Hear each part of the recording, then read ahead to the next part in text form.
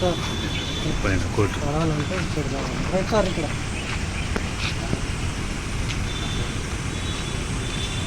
Okay sir.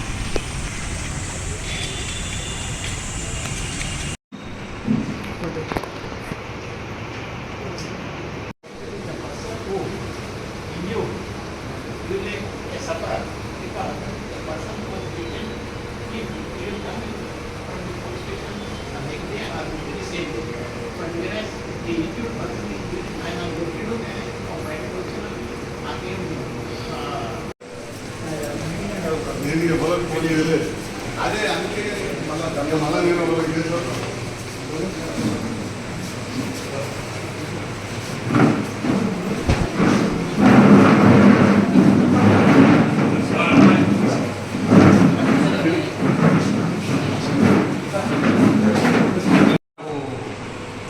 Hand over చేసినప్పుడు భాస్కర్ గారు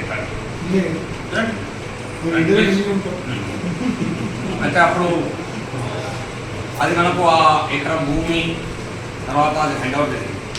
దానికి రెనోవేషన్ ఆఫ్ కోర్టు హాల్ అని చెప్పి డాక్టర్ సారు తర్వాత ఎల్లమ్మ గారు అప్పుడున్న ఎమ్మెల్సీ జిల్లారెడ్డి గారు అరవింద్ గారు వీళ్ళందరూ కలిసి 17 లక్షల రూపాయలు దానికి 10 లక్షలతో ఆ రెనోవేషన్ అయింది. ప్రాపర్గా జరగలేదు.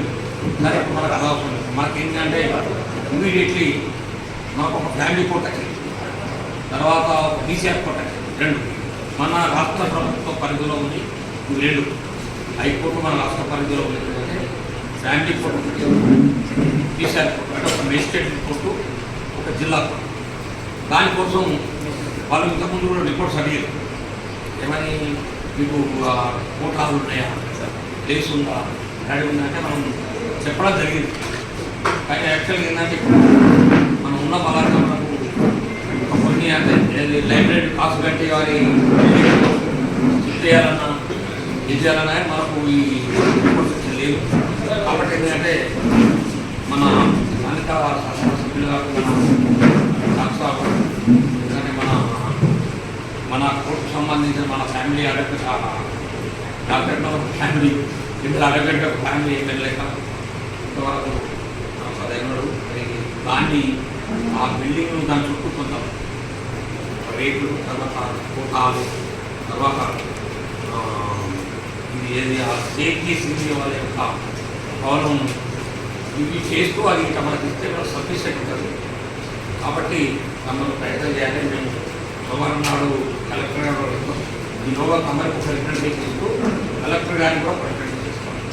మన Om Prakash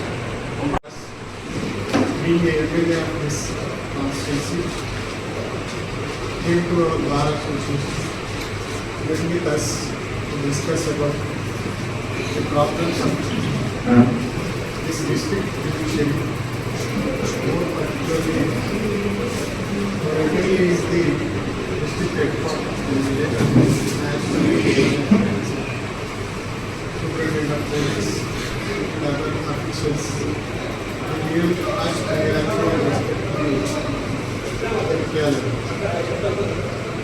So we are also having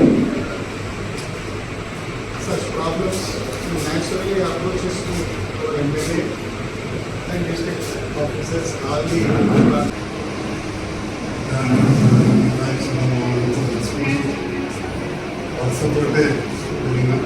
కుటుంబ సభ్యులనే న్యాయవాదులు చాలా తక్కువ మంది కూడా న్యాయవాదులు ఉండేవారు. నేను కూడా బాగా నచ్చేవారు. ఉండలేకపోతే కూడా అమలు చేశాను. అట్లా అదే అలా అవన్నీ కూడా. సో అప్పుడు నేను బయట చెప్తూ ఉంటాను, నాకు బాగా పెద్ద కుటుంబం ప్రాజెక్టు దోస్తులు బాగా ఎందుకంటే జైత్యాలకు ఇప్పుడే సత్తాలు ప్రస్తుతం దోస్తులు అన్ని కులాలు అనమాట. అడిగి వచ్చేసరికి ఇక్కడ స్కానింగ్ డాక్టర్ కాబట్టి డాక్టర్, రెండవదిగా నాన్న ఇంత సీనియర్ డాక్టర్ ఉంటారు. సో 3-4 పెద్ద కుటుంబాలు కదా ఈ సర్కిల్ అని చెప్పి నేను గర్వంగా చెప్తున్నాను. ఇంతకుముందు మీకు చెప్పినట్టు నేను బాగా గౌరవించుకుంటే నేను కుటుంబ సభ్యులాగా నా బాధ బాధ్యత కూడా. ఏ రోజైతే నేను మన అసెంబ్లీ సెషన్ జరిగేటప్పుడు వివిధ కోర్టులకు వచ్చిన జీవో వస్తే పెద్దవాళ్ళు కృష్ణమోహన్ రెడ్డి వచ్చింది. ఇప్పుడు మన కోర్టు శాంక్షన్ లేకపోతే అత్యంత బాధపడ్డం నేను వేరే జిల్లాలో కాలేజ్ కావచ్చు, అక్కడ ఎమ్మెల్యేలు ఉండవచ్చు. కానీ ఒక అడ్వకేట్ కోర్టు కాబట్టి అదే జైత్యాలు ఎప్పుడైనా వర్క్ ఏమైనా ఆరోగ్యం ఇస్తుంది కాబట్టి అందరూ అదేవిధంగా ముఖ్యమంత్రి సలహాదారు సెకండ్ మినిస్టర్ చేస్తామని సార్ రవీందర్ రెడ్డి సి చూశాను. 1,080 కోట్లు 13 కోట్లకు మంజూరయ్యాయి. 1,080 హాస్పిటల్ మనకంతా ఇన్ఫ్రాస్ట్రక్చర్ బెటర్ ఉంది కాబట్టి చీఫ్ జస్టిస్ గారు ముఖ్యమంత్రి గారు వచ్చి నేను ఆల్రెడీ అక్కడనే అదే రోజు చర్చించి అది తప్పకుండా అధికారులు చేస్తారు.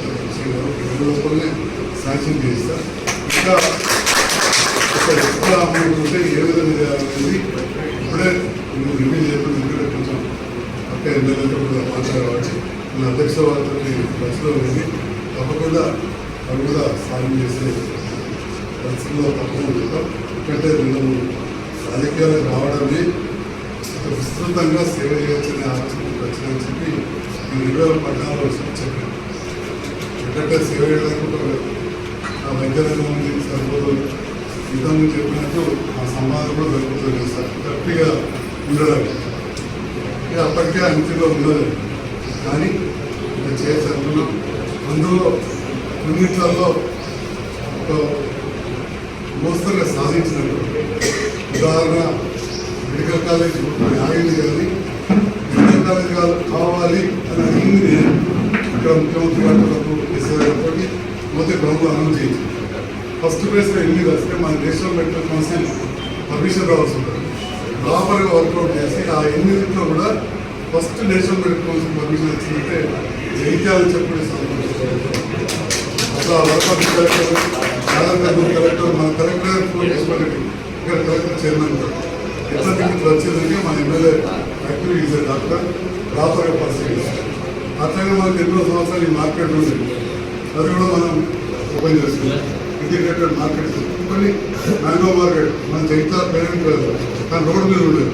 ఇవాళ దాని లోపల తీసుకుని దాదాపు ఒక 12-13 కోట్ల రూపాయల వ్యవసాయం రోడ్ వైడింగ్ విషయంలో ఈ వైడరింగ్ కాదు 993 మీటర్ 993 మీటర్స్ ఎగ్జాక్ట్ అక్కడి నుంచి ఇక్కడ పెద్ద చేయడానికి కాకుండా మీరే చూస్తున్న ప్రాపర్గా మొదలు రోడ్ వేసి అసలు అండర్ గ్రౌండ్ డ్రైనేజ్ అంటే ఎట్లుండాలి అనేది మన జైత్యాల్లో గురించి చెప్పడం చూస్తే బయటకు ప్రాపర్గా అక్కడ నుంచి కింద మొత్తం కూడా మార్కెట్ దగ్గర కావచ్చు, అగ్రికల్చర్ కావచ్చు, ఇక్కడ కావచ్చు, స్కూల్ దగ్గర అక్కడ యూనివర్సిటీ కాలేజ్ దగ్గర కూడా అంతా కూడా మనం అండర్ గ్రౌండ్ డ్రైనేజ్. సో అదే ఆలోచనలో ఇప్పుడు గౌరవ పార్లమెంట్ సభ్యులతో కూడా కలిసి ఏదైతే 20 స్కీమ్లో దాన్ని చేయాలనే ఆలోచన కూడా జరిగి వెళ్తూ రావడం